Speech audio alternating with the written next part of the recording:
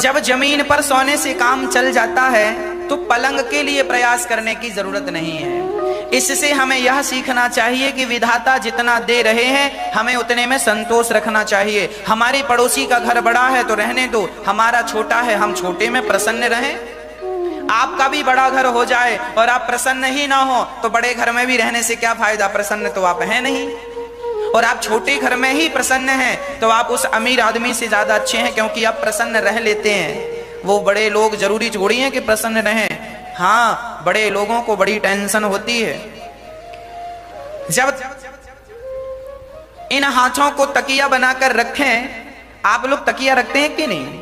हाँ जी, पर हमारे संत लोग तकिया नहीं रखते, जमी पर लेट जाते हैं, सिराने हाथ रखते हैं। हम तो अपना तकिया बिस्तर हमेशा साथ रखते हैं। उनका तो आकाश ही उनका चादर है और पृथ्वी माता ही उनका बिस्तर है। कहीं भी लेट जाते हैं, कहीं भी सो जाते हैं। आप मखमल के गद्दों में सोते हैं साहब, संत तो फुटपाथ पर सो जाते हैं और आपसे अच्छी नींद आती है उन्हें। क्यों? क्योंकि उन्हें भगवान पर भरोसा है, विश्वास है। हम ये नहीं कह रहे हैं कि आपको नहीं है, पर हम आपको इतना जरूर कहेंगे कि आप हर हाल में भगवान का स्मरण करते रहें और हर हाल में भगवत चिंतन करते रहें। जैसे रखें राम जी, रहना चाहिए। यदि महलों में रखें तो महलों में रहो और घास की झोपड़ी में रखें तो घास की झोपड़ी पर रहना हमें प्रसन्न है। हर हाल में प्रसन्न रहो। बर्तनों की क्या जरूरत है जब हाथ से काम चल जाता है? हाथ को ही पात्र समझकर खा लेना, यही पात्र है। पर देखो, गृहस्थों के लिए तो इतना कठिन नहीं हो पाएगा, तो कोई सरल। तब सुखदेव भगवान ने कुछ सरल कहा। चीराणि किम पचिन संति दिसंति भिक्षाम। हमारे गुरुजी ने कहा कि जब से भागवत जी का यह श्लोक हमारे गुरुजी ने पढ़ा, हमारे गुरुजी की पूरी जिंदगी विद्यार्थियों को पढ़ाने में, हम जैसे पतितों को पावन बनाने में चली गई उनकी उम्र। हमारे गुरुजी भागवत जी में जो जो लिखा है वो केवल पढ़ाते नहीं है, वो केवल पढ़ते नहीं है, वह इन शब्दों को जीते भी हैं। इन शब्दों को जीते हैं। हमारे गुरुजी जिस दिन से भागवत जी में ये बात उन्होंने पढ़ी कि जब जमीन पर लेटने से काम चल जाए तो पलंग के लिए क्या प्रयास करना, तब से लेके आज तक हमारे गुरुजी जमीन पर ही लेटते आए हैं। जमीन पर ही लेटते आए हैं। उन्हें पता है कि हम कितना भी हाय हाय कर लें, हम कितना भी कुछ कर लें, पर शांति तो तभी मिलेगी जब भागवत के वाक्यों पर हम अमल करेंगे। शास्त्रों में जो लिखा है उन पर हम अमल करेंगे, तब हमारे जीवन में शांति का अनुभव होगा, आनंद का अनुभव होगा।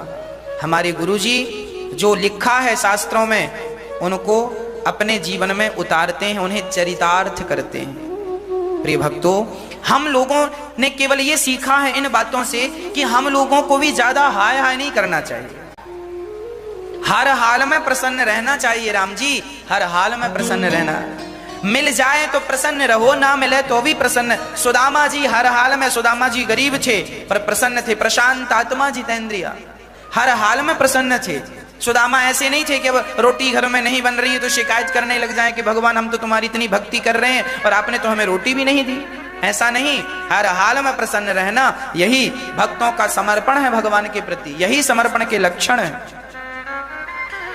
तो जब पहनने के लिए रास्ते में फटे चीथड़े कपड़े मिल जाते हैं तो फिर ज्यादा वस्त्रों का भी संग्रह नहीं करना चाहिए। हाँ, ये संतों की परिभाषाएं हैं। जिसे ब्रह्म तेज की इच्छा हो वो बृहस्पति की उपासना करे, जिसे इंद्रियों में विशेष शक्ति की कामना हो वो इंद्र की उपासना करे, पर जो केवल भगवान को चाहता है, अकामः सर्व कामो वा मोक्ष कामा उदारधि तीव्रेण भक्ति योगेन यजेत पुरुषम परम। भगवान को एक कहते हैं, हाथी के पांव में सबके पांव आ जाते हैं। उसी प्रकार कोई शनि की पूजा कर रहा है, कोई मंगल की पूजा कर रहा है, कोई इंद्र की पूजा कर रहा है, कोई फलाने की, अरे इन सब की पूजा आप करते हैं ठीक है, पर एक भगवान नारायण की पूजा कर ली जाए तो इनकी पूजा से ही सब तृप्त हो जाते हैं, इनकी पूजा से ही सब संतुष्ट हो जाते हैं। इसीलिए सुखदेव भगवान कहते हैं एक को पकड़ने से माता रामो मत पिता रामचंद्र स्वामी रामो मत सखा रामचंद्र सर्वस्वमे रामचंद्रो दयालुर नान्यम जाने नहीं व जाने न जाने। एक को पकड़ने से काम बन जाता है तो सबको पकड़ने की जरूरत क्या। इसीलिए कहा करता हूं एक नारायण को पकड़ लीजिए नैया पार हो जाएगी। इसीलिए श्रीमन नारायण चरणौ शरणम प्रपद्ये श्रीमते नारायणाय नमः। हे नारायण, हे प्रभु, ये तुच्छ सा प्राणी आपकी शरण ग्रहण करता है, ये दास आपके चरणों में समर्पण करता है। हे नाथ, मैं आपको कभी भूलूं नहीं। ऐसी प्रार्थना हम सबको करना चाहिए। देखिए जिंदगी तो सबके पास है। तरवाह किम न जीवंती वस्त्रः किम न स्वसंतुतः। क्या जिंदगी वृक्षों की नहीं है? सुखदेव भगवान ने राजा परीक्षित को बढ़िया उपदेश दिया और जरा डांट भी लगाई, हाँ, कि लोग अपना जीवन गधे की तरह जीवन व्यतीत कर रहे हैं, केवल भार ढोर। गधा पूरी जिंदगी में भार ढोता है। आज तक उसे एक भी गोल्ड मेडल किसी राष्ट्रपति ने नहीं दिया कि गधा इतना काम करता, चलो एक बार सम्मान किया जाए। गधों का सम्मान हुआ? जैसे गधा पूरी जिंदगी मालिक का भार ढोता है, तो आप और हम क्या कर रहे हैं? सारी जिंदगी भार ढो रहे हैं। कई लोग कहते हैं महाराज जी हमारी जिंदगी भार बन गई। अब तुम गधे हो तो भार तो तुम्हारे ऊपर ही रखा जाएगा। तुम गधे बन क्यों रहे हो? गधों की तरह जी क्यों रहे हो? अरे जिंदगी भार नहीं है। साधन धाम मोक्ष कर द्वारा ये मनुष्य का शरीर भार नहीं है। बड़े भाग्य मानुष तन पावा दुर्लभो मानुषो देहो देहि नाम क्षण भंगुरा। ये तो क्षण भंगुर जीवन है। ये मनुष्य का तन बड़े भाग्य से मिला है। इस तन को पाकर यदि परमात्मा को ना पाया जाए तो ये केवल भार है, गधे की तरह है। उस आदमी को गधा ही समझना जो भगवान को भुलाकर केवल परिवार का पेट भर रहा, परिवार का बोझा उठा रहा, ये सिर्फ गधा है। इसीलिए आप गधा ना बनिएगा। भगवान का हम ये नहीं कहते परिवार का पालन नहीं करना चाहिए। परिवार का पालन करते हुए भगवान का स्मरण बना रहे, भगवान को ना बिसारें। यही गृहस्थियों का, प्राणी मात्र का धर्म है। भगवान से जुड़ा हुआ जीवन सबसे उत्तम जीवन होता है ना। इसीलिए जो व्यक्ति भगवान से नहीं जुड़ा, भगवान को नहीं मानता, नहीं जानता और केवल हाय हाय पैसा पैसा कर रहा, ये केवल गधा है। ऊंट कौन है? जो व्यक्ति सत्संग नहीं करता, जो व्यक्ति कभी ये जाना नहीं कि मनुष्य का तन क्यों मिला है, उसे जरा संपत्ति मिल गई तो अकड़ करके चलने लगा, यूं यूं चलता। कई लोगों को आपने देखा होगा, थोड़ा सा धन मिल जाए तो अकड़ करके चलते हैं। ये ऊंट लोग हैं। ऊंट भी अपनी गर्दन उठा के चलता, वो नीचे देखते ही नहीं कि क्या है। अच्छा, ऊंट को भी तब पता चलता है जब वो किसी पहाड़ के नीचे आता, तब उसको लगता है मेरे भी पिताजी हैं। नहीं, वो अपने को ही सबसे बड़ा समझता है। ऊंट कहते हैं ना कहावत में, अब आया ऊंट पहाड़ के नीचे, ये कहावत है। जब ऊंट पहाड़ के नीचे आता है तब उसे पता चलता है कि हमसे भी बड़ा कोई है। अरे भाई, जो व्यक्ति सिर्फ अहंकार कर रहा है, मैं ये, मैं वो, मैं ये, अरे पागल, क्या हो तुम? क्या है तुम्हारी हैसियत? किस बात का घमंड है तुम्हें? अरे रावण जैसों की सत्ता मिट गई, जिनकी लंका सोने की थी, तुम्हारे घर तो फिर भी माटी के हैं। अहंकार कितने दिन करोगे? गर्मी तो सूर्य की भी टिकती नहीं है। सवेरे निकलते हैं, दोपहर को गर्म होते हैं, शाम को ठंडे हो जाते हैं सूर्य भगवान। आप देखते हैं कि नहीं? गर्मी तो सूर्य जी की भी नहीं टिकती, तो तुम्हारी और हमारी गर्मी साहब क्या टिकेगी? इसीलिए गर्मी ना दिखाओ, अहंकार ना दिखाओ। अहंकार, जो व्यक्ति भगवान को भूल गया है वही अहंकारी हो सकता है। इसीलिए कहता हूं, अहमेवासमेवाग्रे, अग्र मैं हूं, पहले मैं हूं। भगवान को आप स्मरण कीजिए। मैं नहीं, कर्ता कौन है? जो व्यक्ति अपने आप को कर्ता मानता है उसे अहंकार आता है। जब ब्रह्मा जी उत्पन्न हुए भगवान नारायण की नाभि से, तो ब्रह्मा जी ने कहा प्रभु मुझे क्या करना है? भगवान ने कहा सृष्टि करो। तपस्या के बाद ब्रह्मा जी ने कहा मैं यदि सृष्टि करूंगा तो मुझे अहंकार आ जाएगा। तो ऐसी पहले हमें बूटी दो कि हमें अहंकार ना आए। नहीं तो आज आदमी को 1 लाख 2 लाख मिल जाए तो अहंकार आ जाता है। 1 लाख 2 लाख मिल जाए तो आदमी सीधा नहीं चलता, ऐसे ऐसे चलता है, ऐसे छाती दिखा दिखा के। हाँ, और ब्रह्मा जी बोले हमें जगत पिता बना दोगे तो हम तो अहंकार में डूब जाएंगे। तब ब्रह्मा जी ने जब कहा तो भगवान नारायण ने 4 श्लोक दे दिए, भागवत जी सुना दी।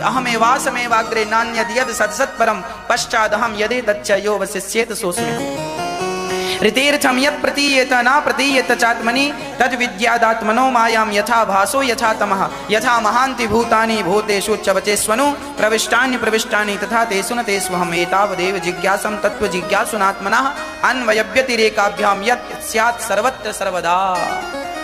कह दिया भगवान ने कि सबसे पहले मैं था।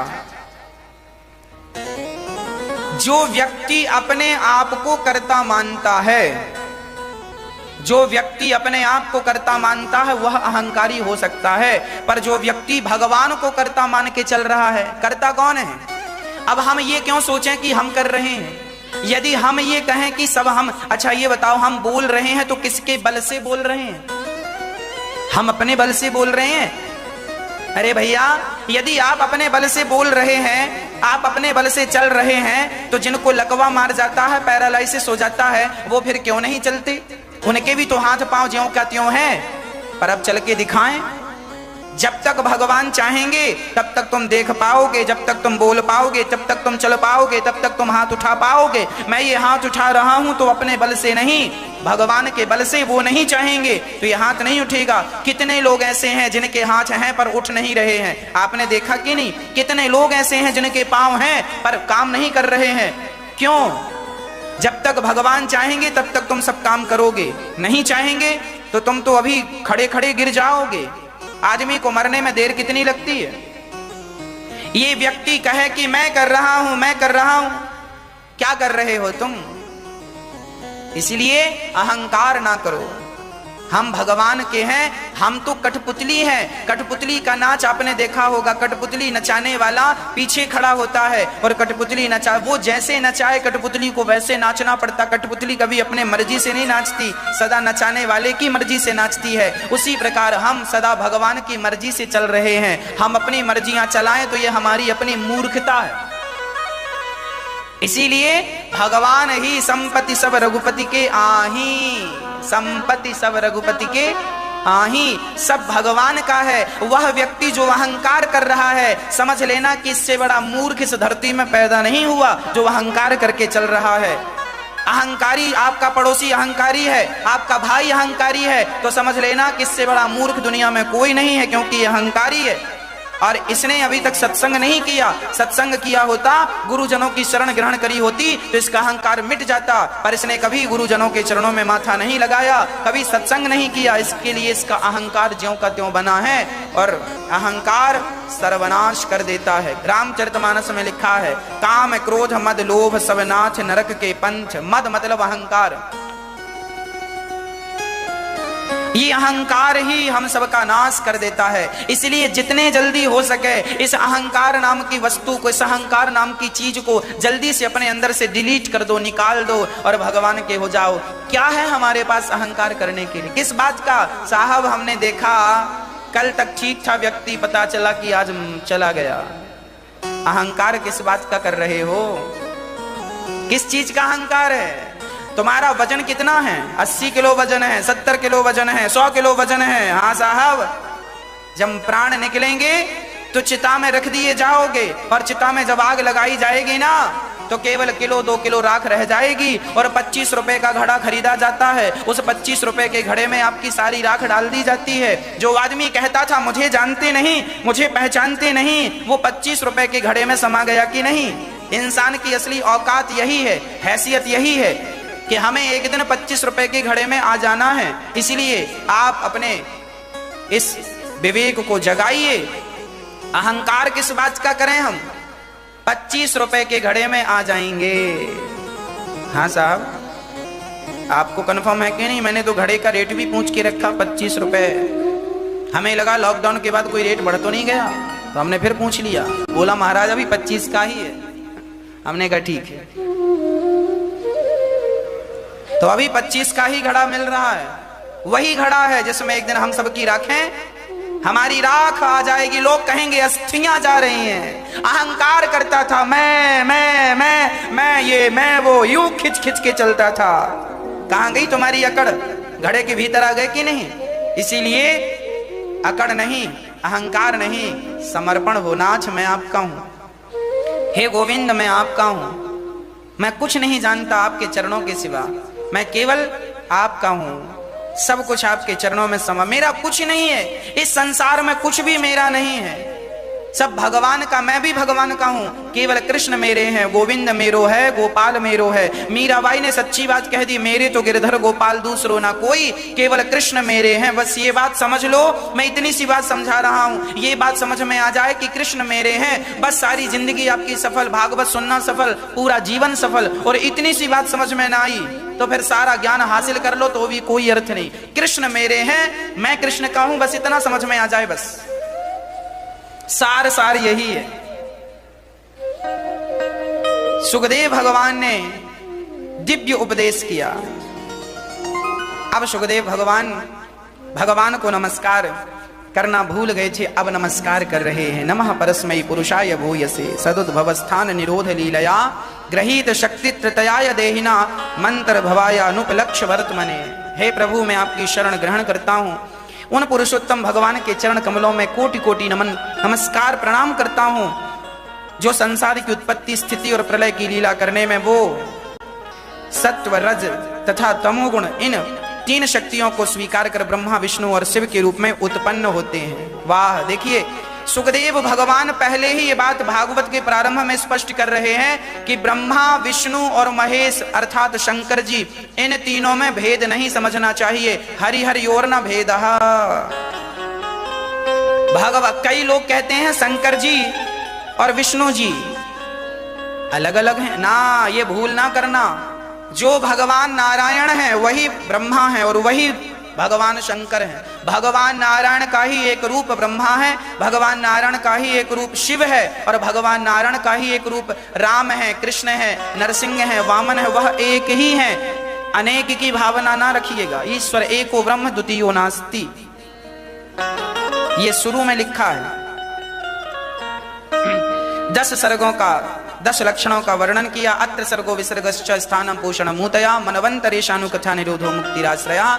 इसके बाद 10 लक्षण भागवत जी में है। हर पुराण में किसी में 2 लक्षण है, किसी में 4, किसी में 6। एक भागवत जी ऐसी है जिसमें 10 लक्षणों का वर्णन है। इसीलिए भागवत को महापुराण कहा जाता है, क्योंकि यह सर्वोत्कृष्ट ग्रंथ है। हम सभी को हृदय में इसे बसाना चाहिए और सभी को भगवत चिंतन हम सभी को नित्य निरंतर करते रहना चाहिए। एक बार सुखदेव भगवान ने कहा कि सुनो, एक बार विदुर जी मैत्रेय जी के पास गए। परीक्षित ने कहा मैत्रेय जी के पास क्यों? बोले एक बार भगवान शांति दूत बन करके आए। अच्छा, भगवान भी शांति दूत बन करके आते हैं पांडवों को कौरवों को समझाने के लिए। कौरवों को तो मानना नहीं है। शांति दूत बनकर आए और अपमान कर दिया दुर्योधन ने। 5 गांव मांगे भगवान ने। दुर्योधन बोला 5 गांव क्या, हम सुई की नोक बराबर जगह भी देने को तैयार नहीं है। तब भोजन खिलाना चाहा। भगवान बोले हम आपके घर भोजन नहीं करेंगे, हम तो जहां भाव होगा वहां जाकर भोजन करेंगे। भाव का भूखा हूं मैं, भाव ही एक सार है। भाव से भज ले मुझे तो भव से बेड़ा पार है। मैं भाव को जानने वाला हूँ, भगवान भाव को समझने वाले हैं। भगवान वस्तु को महत्व नहीं देते, वस्तु के पीछे जो व्यक्ति का भाव है, प्रेम है, श्रद्धा है, वह महत्वपूर्ण होती है। आपका भाव है तो हम बासी रोटी भी आपके घर खा सकते हैं, और भाव नहीं है तो आप 56 भोग परोसिए, नहीं खाएंगे। अरे सामान्य व्यक्ति, आप किसी के घर जाएं, आपका दोस्त है और उसने आपको बुलाया और बुलाकर 56 भोग परोसा और कहा खाओ। अब आप